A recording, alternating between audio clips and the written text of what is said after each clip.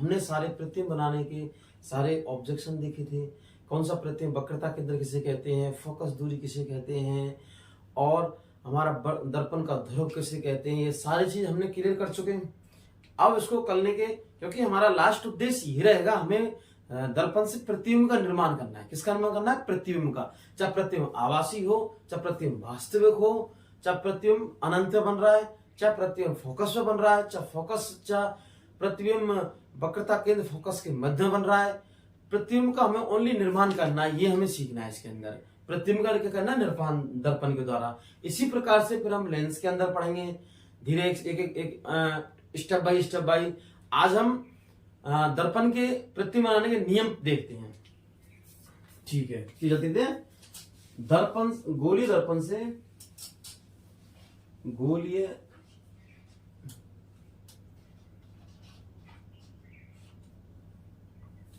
दर्पण के नियम, ये लिख लो। ये हेडिंग हमारी गोलीय दर्पण के नियम। हमारी पहली हेडिंग है गोलीय दर्पण के नियम।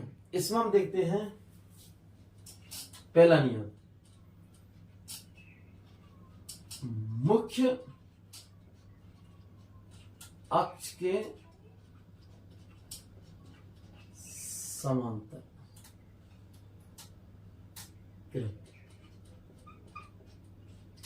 मुख्य अक्ष के समांतर किरण, ये है पहले हमारा क्या है? मुख्य अक्ष के समांतर किरण। अब देखते हैं, जब कोई प्रकाश की किरण मुख्य अक्ष के समांतर जाती है और परावर्तन के बाद, किसके बाद? परावर्तन के बाद वह फोकस बिंदु से होकर गुजरती है। देखो डायग्राम में, देखो आप, ये डायग्राम हमारा अवतल दर्पण का और ये डायग्राम हमारा उत्तल दर्पण का।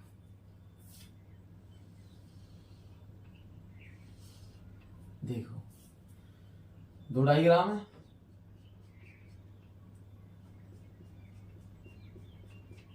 अरे इस पर बाहर की तरफ नहीं, सॉरी, इस पर अंदर की तरफ खोल सकती है। ये तो हो गया हमारा अवतल दर्पण। कौन सा दर्पण? अवतल दर्पण। ये हो गया हमारा उत्तल दर्पण। कौन सा दर्पण? उत्तल दर्पण। डायग्राम में देखो, हम देखते हैं इसमें कि जब कोई प्रकाश की किरण मोक्ष अक्ष के समांतर जाती है, मोक्ष अक्ष के समांतर, ये कोई प्रकाश की किरण है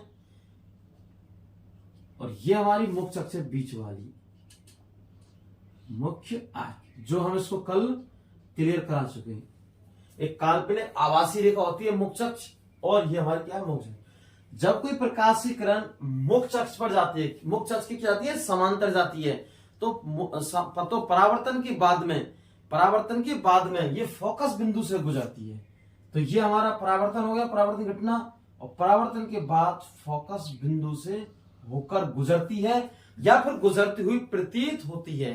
हमने दो चीजें, या तो गुजरती है या फिर गुजरती हुई प्रतीत होती है। अगर गुजरती है तो हमारे अवतल दर्पण के अंदर आएगा, और प्रतीत होती है तो हमारे उत्तल दर्पण के अंदर आएगा। जो दिखा आपके लिए दिखाते हैं। ये माना कि मुख्य अक्ष के समांतर कोई प्रकाश की किरण आ रही है, ये इसकी मुख्य अक्ष है, ये दर्पण का ध्रुव, ठीक है, इसमें भी दर्पण का ध्रुव, ये P और ये F और ये C वक्रता केंद्र, ठीक है। अब देखो, मुख्य अक्ष के समांतर कोई प्रकाश किरण आ रही है और परावर्तन के बाद ये वापस ये फैल जाती, लौट जाती है, ऐसे फैला देता है। नहीं, कौन? उत्तल दर्पण। उत्तल दर्पण ऐसे फैला देता किरणों को, लेकिन ये आवासी, अगर इनको पीछे बढ़ाते हैं देखो, तो एक बिंदु पर ये एक दूसरे को किरण काटती हुई नजर आती है, एक दूसरे को यह पीछे की ओर काटती हुई नजर आती है। इसे कहते हैं फोकस बिंदु। तो फोकस बिंदु डायग्राम में स्पष्ट हो गया। जब कोई प्रकाश की किरण मुख्य अक्ष के समांतर आती है, किसके समांतर आती है? मुख्य अक्ष समांतर आती है तो परावर्तन के बाद फोकस बिंदु से होकर गुजरती है। अब इसकी डेफिनेशन लिखते हैं। देखो, जब कोई प्रकाश की किरण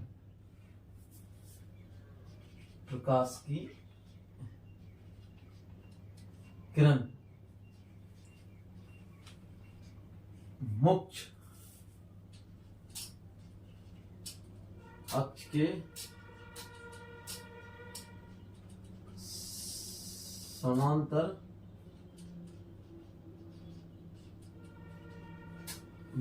जब कोई प्रकाशीय किरण मुख्य अक्ष के समांतर आती है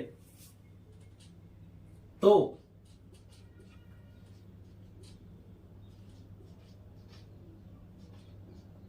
परावर्तन के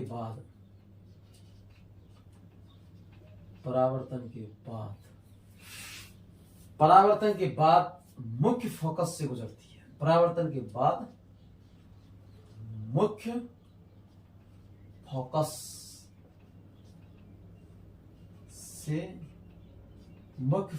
कैपिटल से गुजरती है।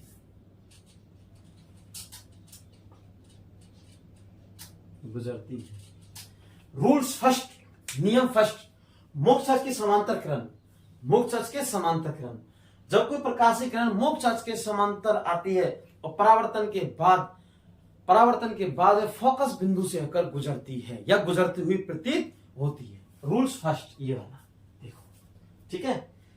रूल फर्स्ट हो गया।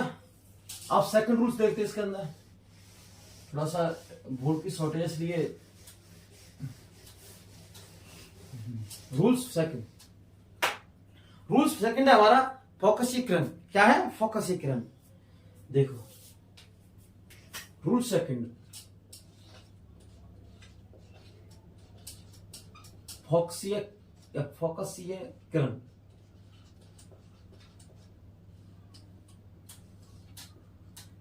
इसमें क्या होता है, जब कोई हमारी प्रकाश, देखो ये उत्तल दर्पण देखो एक बार, ये सेम कंडीशन ये सारे में चलती रहेंगी।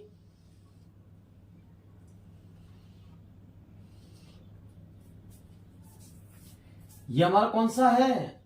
अवतल दर्पण। अब तो आपको सारे डायग्राम याद हो गए होंगे। उत्तल दर्पण किसे कहते हैं, अवतल दर्पण का डायग्राम कौन सा है, आप कंफ्यूज तो नहीं हो गए? देखिए, ये ध्रुव है, ये एफ और ये वक्रता के सी। अब देखो, जब कोई प्रकाशीय किरण मुख्य फोकस से आती है, इससे मुख्य फोकस से आती है, तो मुख्य फोकस से तो परावर्तन के बाद यह मुख्य अक्ष के समांतर हो जाती है। किसके? मुख्य अक्ष के समांतर हो जाती है। तो देखो हमारी प्रकाशीय किरण देखते इसमें, जब कोई हमारी प्रकाशीय किरण मुख्य फोकस से आती है, देखो मुख्य फोकस से आ रही है, फोकस बिंदु है ये वाला, और परावर्तन के बाद मुख्य अक्ष के समांतर हो जाती है। ये देखो, हुई नहीं हुई? मुख्य अक्ष के समांतर हो जाती है। इसी प्रकार इसमें देखो,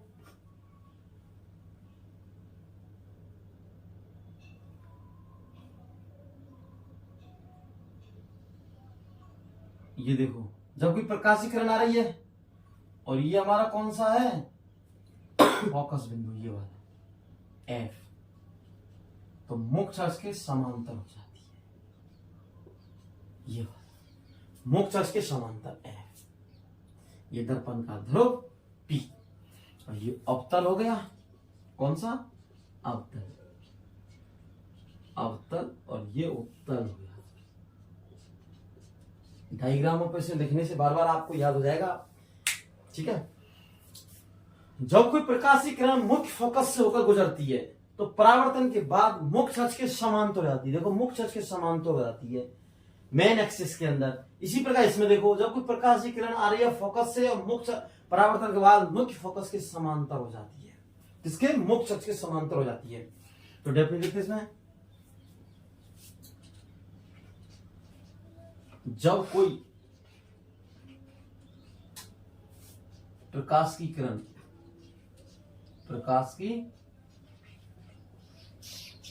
किरण फोकस, मुख्य फोकस, ऐसे लिख लो, मुख्य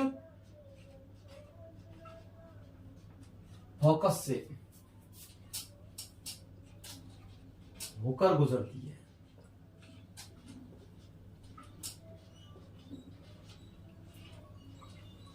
तो परावर्तन के बाद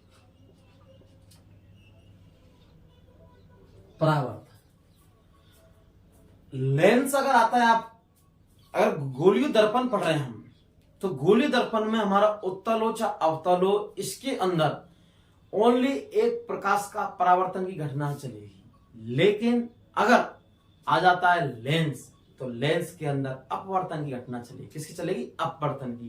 कंफ्यूज नहीं होना है। अगर आपको गोलीय दर्पण या दर्पण से उत्तल दर्पण या अवतल दर्पण आता है, उसमें अगर कोई प्रकाश के परावर्तन की घटना होगी और अपवर्तन आ गया, तो इसका मतलब लेंस के अंदर है। ठीक है, अब देखो, तो परावर्तन के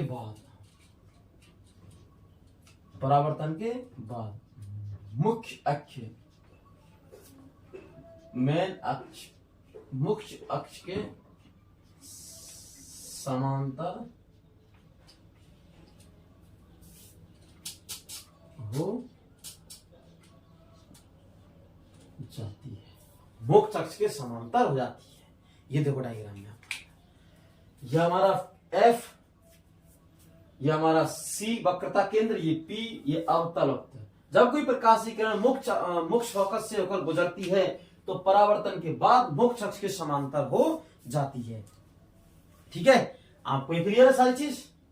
ये देखो, ठीक है। अब तीसरा नियम, rules of third. Rules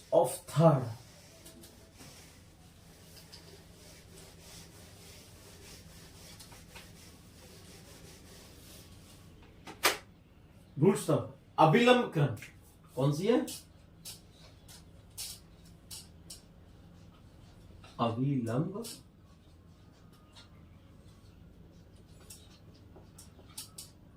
Kiran. Diagram देखते हैं। डायग्राम में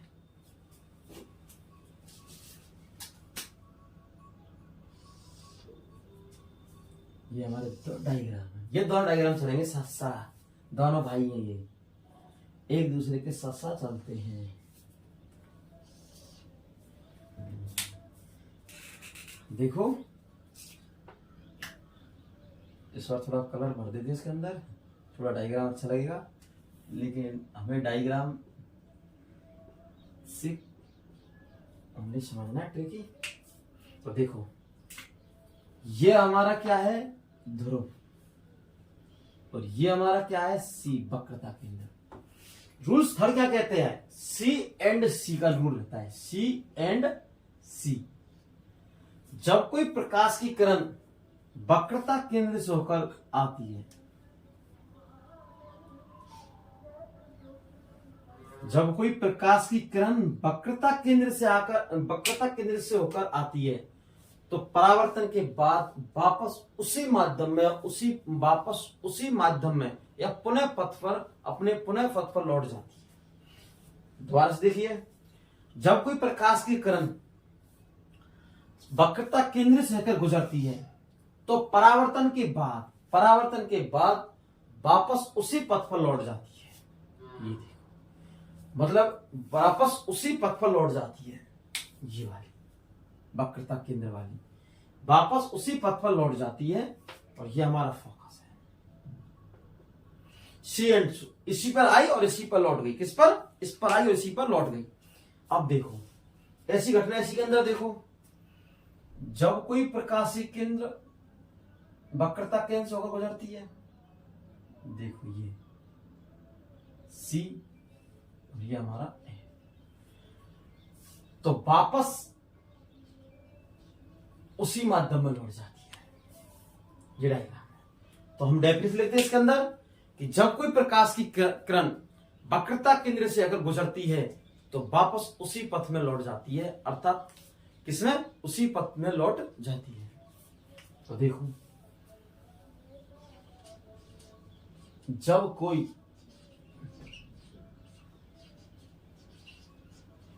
प्रकाश की किरण, प्रकाश की किरण,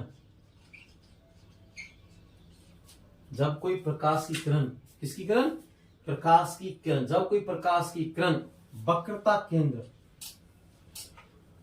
वक्रता केंद्र, कौन सा केंद्र, वक्रता केंद्र, और क्वेश्चन है सी, वक्रता केंद्र से होकर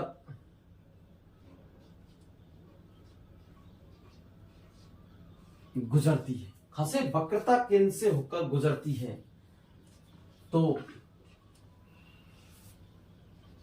परावर्तन के बाद, किसके बाद,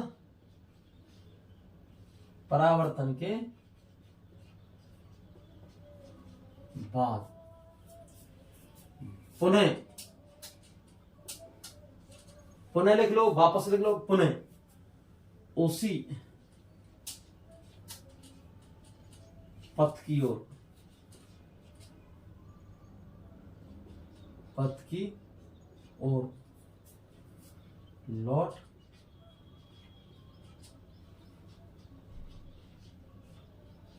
जाती है।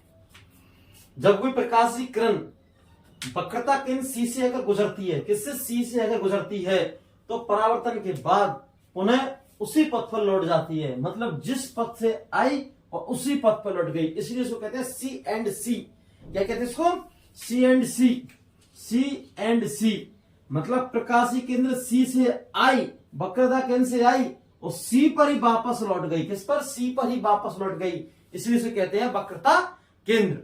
वो सी एंड सी के वापस उसी पर ही लौट जाती है। ठीक है, ये नियम हो गया थर्ड। अब हमारा फोर्थ नियम चलेगा। 4 नियम है इसके अंदर, कितने, फोर्थ रूल्स हैं, और हमारा गोले दर्पण के कितने नियम है, 4। तिर्यक किरण, कौन सी किरण है, तिर्यक किरण। तीसरा, कोई दिक्कत आई, तिर्यक किरण, किरण कौन सी किरण है, तिर्यक किरण। अब तिर्यक किरण में क्या होता है, देखो यह हमारा उत्तल दर्पण है और यह हमारा अवतल दर्पण है, सेम प्रोसीजर है, डायग्राम है, डायग्राम सेम चलेंगे इसके अंदर। डायग्राम अगर आपके समझ में आ गए तो फिर आपके पूरा चैप्टर, पूरा टॉपिक आपको क्लियर है। और डायग्राम कुछ नहीं है, बहुत सिंपल डायग्राम है जी, हमने आपके लिए बहुत इजी में बना दिए। ठीक है, इजी में लैंग्वेज दिखाई आपके लिए। तो देखो, जब कोई प्रकाशी किरण ध्रुव से अगर गुजरती है, ये हमारा ध्रुव है, तो वापस उसी कोण पर वापस लौट जाती है। जब कोई प्रकाशी किरण ध्रुव से अगर गुजरती है, किससे, ध्रुव से अगर गुजरती है, तो वापस उसी कोण से लौट जाती है। इसी प्रकार से इसमें देखो,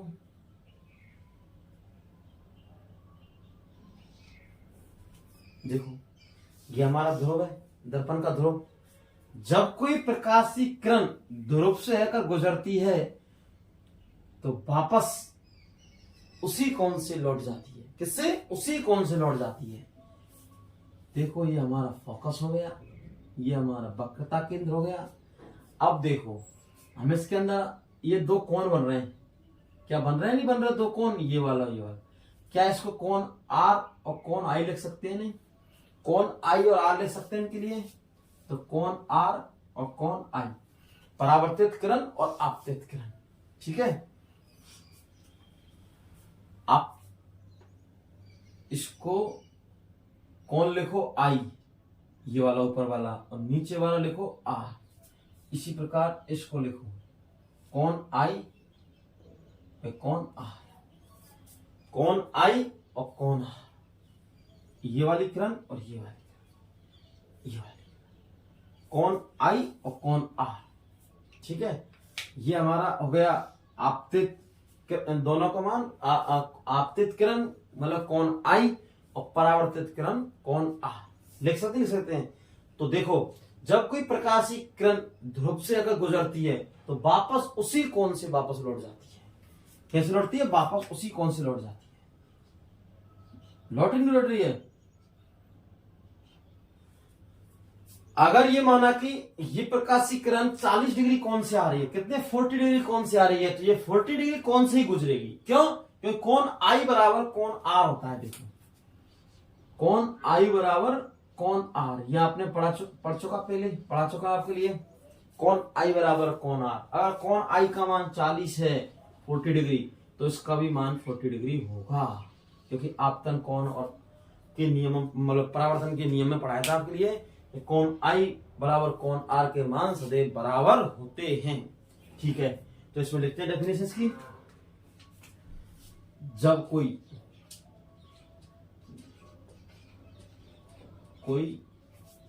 प्रकाश की किरण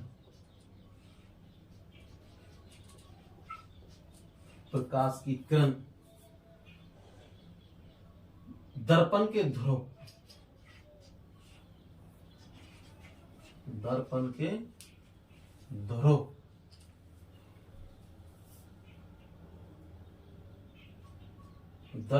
ध्रुव से होकर गुजरती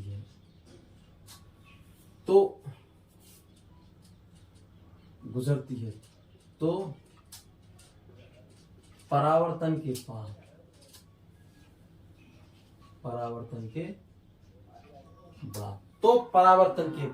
किसके बाद? परावर्तन के बाद उसी कोण से, तो परावर्तन के बाद उसी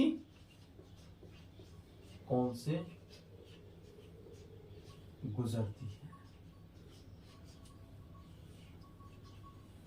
गुजरती है। हमारे 4th रूल्स हो गए। इसमें जब भी प्रकाशी किरण दर्पण के ध्रुव P से होकर गुजरती है तो परावर्तन के बाद उसी कोण से गुजरती है। तो हमारे 4 रूल्स हो गए। हमने 4 रूल्स आगे पढ़ा। मुख्य अक्ष के समांतर फोकसीय किरण और अभिलंब किरण सी किरण और एक तिर्यक किरण, 4 रूल्स पढ़ाए थे। 4 रूल्स हमारे प्रतिबिंब निर्माण में सहायक होंगे। अब हम नेक्स्ट वीडियो में पढ़ेंगे आपके लिए उत्तल दर्पण से प्रतिबिंब का निर्माण और अवतल दर्पण के प्रतिबिंब का निर्माण। इस प्रकार से इन 4 रूल्सों को हम लगाएंगे। कौन सा रूल्स कौन से दर्पण में लग रहा है यह आपके लिए बताएंगे। और ऐसी हमारी वीडियो को देखती रहिए और वीडियो को देखते रहें और उसको शेयर एवं लाइक करते रहें, ठीक है।